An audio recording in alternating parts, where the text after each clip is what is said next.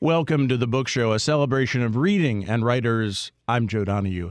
Taking as inspiration his mother's own Red Cross service, novelist Luis Alberto Urrea has delivered an overlooked story of women's heroism in World War II. With this portrait of friendship and valor in harrowing circumstances, the novel Goodnight, Irene explores the Dollies, an all-woman volunteer group launched by the Red Cross during World War II. Urrea is a finalist for the Pulitzer Prize for his landmark work of nonfiction, The Devil's Highway. He's also the author of numerous other works of nonfiction, poetry, and fiction, including the national bestsellers The Hummingbird's Daughter and The House of Broken Angels, a National Book Critics Circle Award finalist. He teaches at the University of Illinois, Chicago. The new novel is Goodnight, Irene, and it's an absolute pleasure to welcome Luis Alberto Urrea to this week's book show. Thank you very much for being with us. What a delight to have you on the program. Thank you. This is such a good thing. I'm just so excited to talk to you about it. I read this book and was just floored. It's one of the best novels I've read in a really, really long time. And I thought about what made it so special, and it seems that it's rare that a writer like you, who has written personal aspects of your life within your fiction, now gets to look at your own mother and to write about them in such a special way. Thanks. Yeah. I feel that everything I've written without being aware of it until recently was practice to be able to tell this story, because it was a haunting more than anything. And my mother was a bit baffling to me because she was fading away. I would say, the current terms for it, of course, would be PTSD. I didn't know. I didn't understand the mysteries of this woman. And my wife, Cindy, my partner in crime, she's a longtime journalist, many years reporter. So it's been wonderful to have somebody with that point of view. And we do all the research and travel and so forth on the books and tours together. We always did. And we were having one of those late night chats, and she was asking me, so what's next? And I was actually launching into House of Broken Angels because I'd been wrestling with this story about my mother for a long time. And I told her, well, I'm probably going to try to get to the story about my mom and her service. And Cindy said, yeah, so tell me about the service. And I said, she's a donut dolly. And there was a pause, and she said, a what?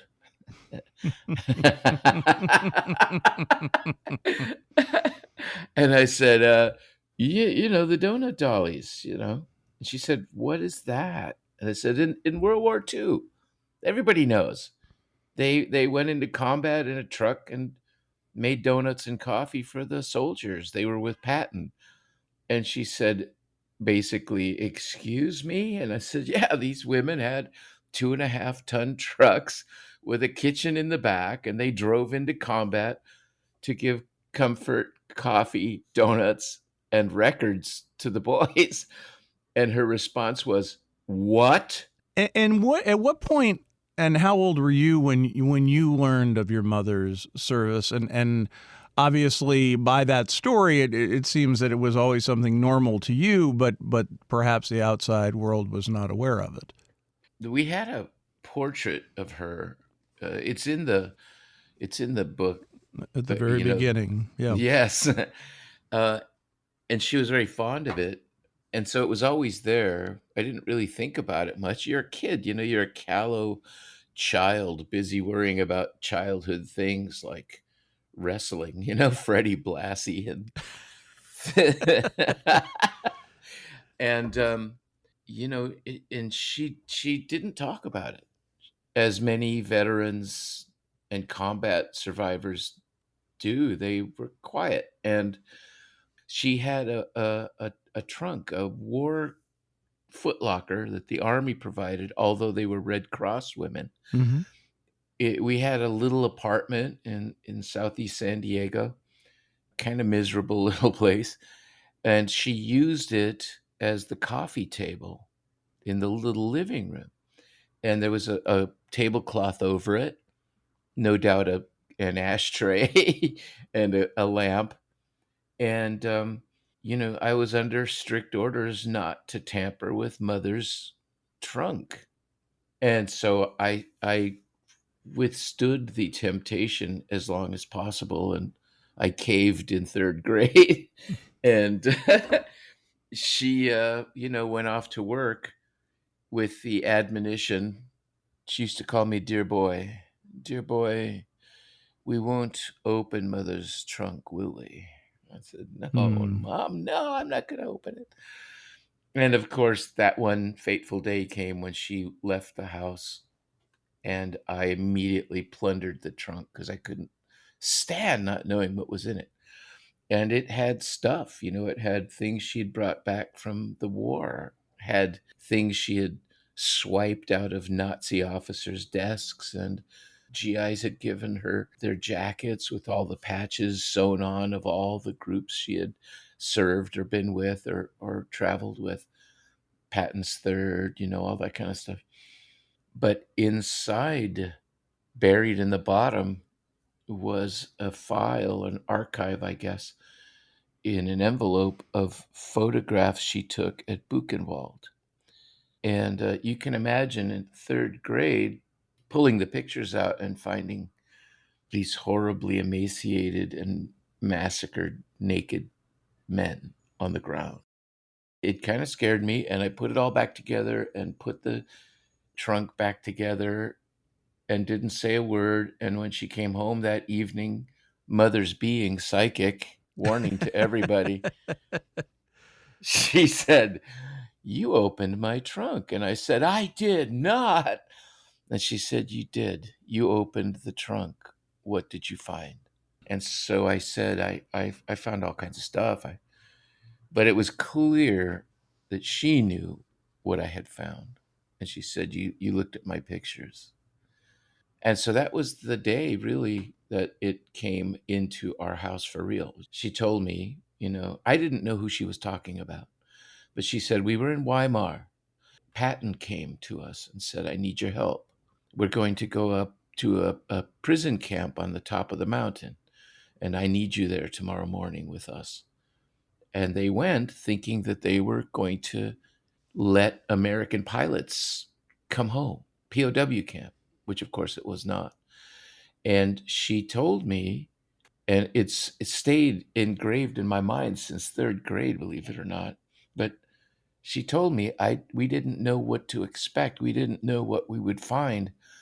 And she said when she entered the camp, there was a tractor, an American Hmm. tractor, pushing white logs into a trench. And then she realized that they were not logs. And she had her camera with her, and she took those photographs. And she said to me, I grew ashamed of myself for taking those pictures. And ever since the war, I've been ashamed that I stopped. I should have taken more pictures. You write in the author's note, this book is a novel of fiction. I think now it is also me finding my mother again. Yes, sir. Did you set out to do that?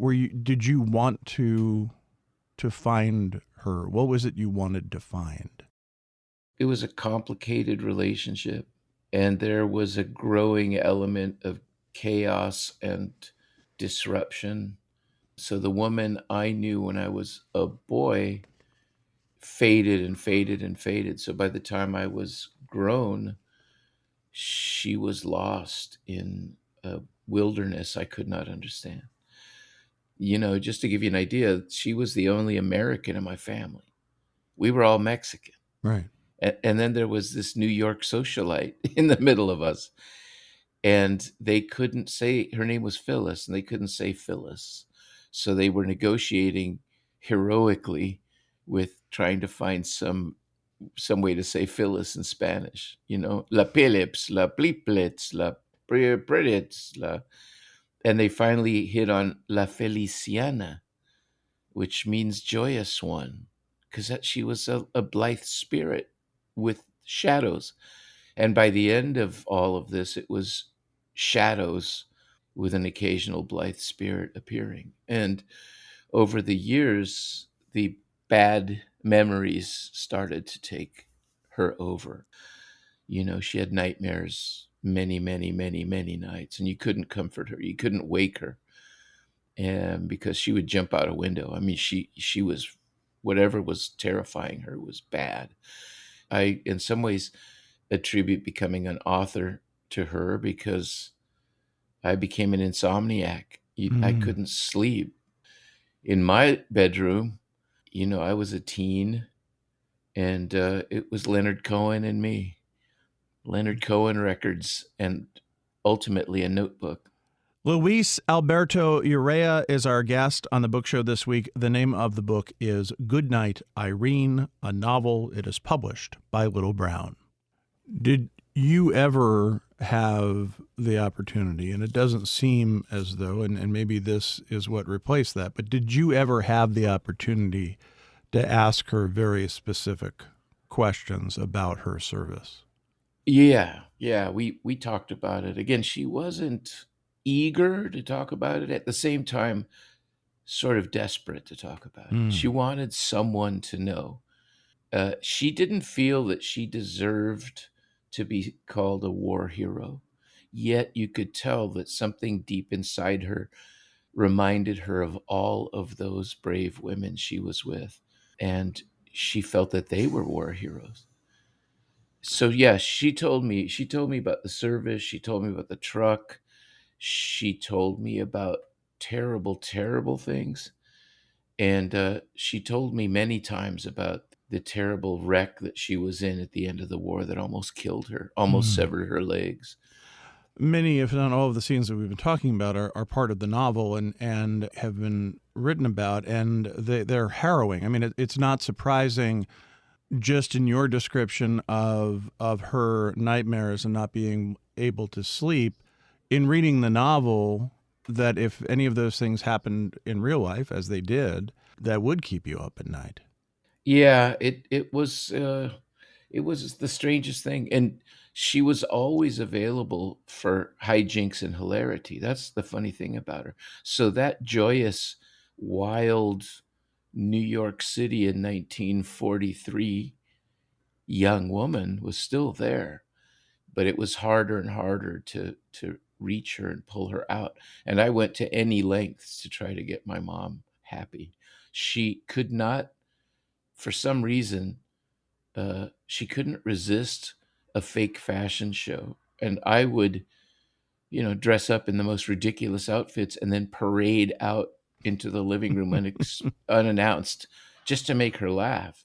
And one of my dearest friends was a dancer named Frank Adams. He became famous for a while. The perfect body, my gay bestie adoptive brother. And so he was great at dressing me up in outfits that would blow my mother's mind. So there was joy. I don't want people to think that it was grim. And I'm always worried that they think this book is just sheer grimness. But I think what makes this thing fly for me is that friendship and that strange bond and humor those women had in the face of hell. Between the characters of Dorothy and Irene, there is such joy. And it makes these two women become fast friends in training. And it's what brought them there, right? I mean, that's what's so fascinating, is that they're leaving situations and they want to do something. They're ready. They're not against the idea of going to the front. Right. In fact, they would be damned rather than sit in the Right. rear.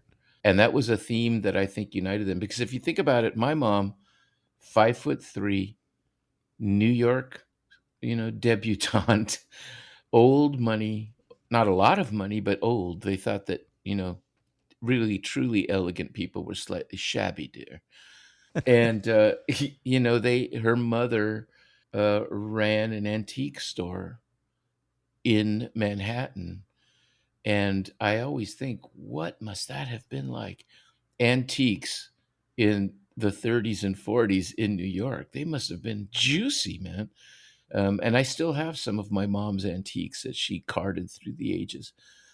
So there she was. And then here comes Jill, a Hoosier, 6 feet, 6 foot one, perhaps, with farmer roots. She could drive a tractor. She could drive, a GMC truck. And both of them wanted to serve. Jill had a particular desire, and that was her brother, who was in the war already. And they were twins. And of course, Indiana humor, they were Jack and Jill, because Jack came first and Jill came tumbling after. Right. And, the most unlikely besties. And they met in training, and they just hung together, and they had this extraordinary relationship. I do believe that there are love stories in the book, etc., but the true love story is between these two people. Dorothy Dunford is the character in the book, but Jill, as you mentioned, a real person. You were able to Yeah. track down Jill, 94 years old, and you're able to talk to her and have her share her memories Yeah, about abs- herself and and your mother. this is such a great story. So many elements of this story ended up being mysterious, and they started feeling led by Valkyries and Odin or something. But so, yeah, my mom died in 1990, and it was full of pathos for me and awfulness. She was in our little house in San Diego, and she was found in bed with the King James Bible and Julia Child's French cookbook, which was so much my mother. And all of the women that served were well into their 90s. And, we started to realize as we researched that there was no record of them. The records building had burned down, and those Red Cross records were gone. They were forgotten. And all of the books, all of the movies, all of the long miniseries on HBO, those women were there, but they weren't even mentioned, not even in footnotes ever. And so I was trying to figure out, how are we going to get to these stories? And Cindy, reporter girl, is going through my own trunk of stuff. I have a huge vat of photos and memoirs and citations and all this stuff. And she found a piece that Jill had written. And on the back of it was an old address label. It astonished us because it was 90 minutes away from our home in Illinois. And I kept thinking, this is just not possible. My mom's best friend in combat, the driver of the truck, the woman she called Darling Jill when she spoke about her, although she vanished from Jill's life in 1954. This long process of enforced forgetting. She might still be alive, we thought. And by God, she was alive in Champaign, Urbana. And we wrote her a letter. The day after we mailed the letter, she called us. And it was stunning. She was 94. And, she wasn't going to call me Luis. Forget about that. She's a Hoosier, man. So she called me Louis. And she got on the phone and she said, Louis, you must come see me. And I said, yes, ma'am, we're gonna come right away and see you. And she said, I am 94 years old, so don't try to wait till I turn 95 if you catch my drift. And I thought, I love this woman. So we went down there, and here's where the novel came from. Honest to God, we knocked on her door. She let us in. She was no longer, of course, 6 foot one. She was full on 94-year-old woman, but all of her marbles, all of her wit. She let us in, and the apartment was one of those wonderful old school apartments in an old school building she had been in since the 50s. And it was 1945 in there. She had tapes that some nephews had made her, which were on constant loop, playing the music they had played on the record player in the truck. Benny Goodman, Sinatra, so on. Right. And she had models of the vehicles on the shelves. But on the wall, she had a framed picture of my mother. And I just froze in my tracks staring at it. And she said to me, "I drove the truck. Your mother brought the joy." And as soon as she said it, I fell through time and I thought, this is Mhm. my mother. This is my mother at 27. The name of the new novel is Goodnight, Irene by Luis Alberto Urrea. You talk about your mother not wanting to discuss this, and you used the term a moment ago, which is an amazing term, enforced forgetting. Was Yeah. that something that Jill engaged in and it wore off by the time she got into her 90s, or was she more willing Oh, to yeah. tell those stories? There was no doubt in Jill whatsoever. There was no trauma in Jill whatsoever. So it's interesting to see the different responses to these things. Jill, she was fueled, I think, by a kind of first, utter patriotism. Secondly, rage. Her brother, Jack, was on the front north of Bastogne, and she finally had gotten that close to him that he was one town away. He was the commander, and she took the clubmobile and drove up there to see Jack. And when she was heading back to Bastogne, the Germans hit that town and killed her brother. That being said, even Jill would get overwhelmed, but she had the weirdest, I've never seen this before, the weirdest coping mechanism. She would be talking and she'd stop and she'd say, "I'm going to be upset now."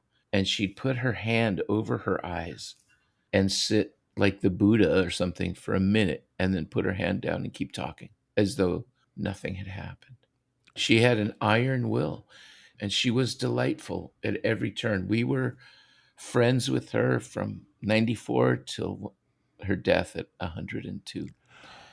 Obviously, I've interviewed a lot of novelists, and often when we talk about the work and where it stands, they'll often say, all the novels are my children.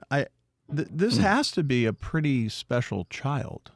Yeah, this is, you know, this is everything I've ever learned I tried to use in this book. And I don't know. I don't think I can surpass this one, which is great because now I'm just going to coast, man. Makes it so much easier. Yeah, dude. Is it cathartic? I brought this up at the beginning of our conversation about finding your mother. When it's done and that it's out in the world and you and I are talking about it, is she there with you? I think she is. I do. Little Brown has been so kind about this book from the start. My editor has been so patient with me, and he's a little obsessive. Ben George, I'll say, you know, they were going to print and he stopped it so he could add a few lines. He said, "No, Luis has got to fix this scene." I'll give you an idea of editing. This guy's the Mercedes Benz of editing. So he calls me or writes, I don't remember what, during the editing process. And he says, "So, Luis, so they're in Germany and it's a springtime. And you have the women awakening to the sound of birds at 6 a.m." And I said, "Yeah." And he said, "Well, on that date, in that part of Germany, the sun rose at 7:30." Wow. And I thought, "Oh my God, I'm going to be editing this thing for the rest of my life."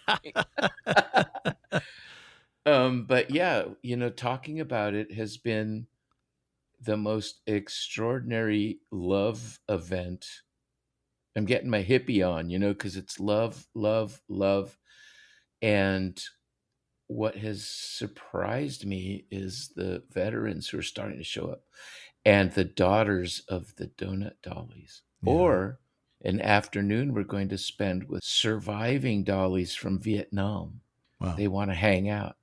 And just to give you an idea of this, we were at one of our events, and there was a woman there, and she brought a photograph of her mom, and her mom is standing in front of a clubmobile. And she says, my mom was a donut dolly. I said, I see that. I see the trucks here. Which truck was it? She didn't know. Where was she? She didn't know. Because guess what? Mom didn't talk about it. And so we got her mom's name, and Cindy and we dug into some of our research materials, and we found the truck she was in.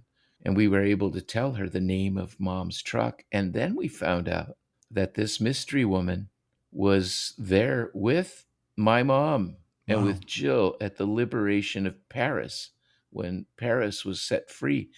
And her truck was the first truck to drive through the Arc de Triomphe on Liberation Day. So, to be able to do that for somebody, I know what that feels like. You feel like you're on a mission from God, like the Blues Brothers.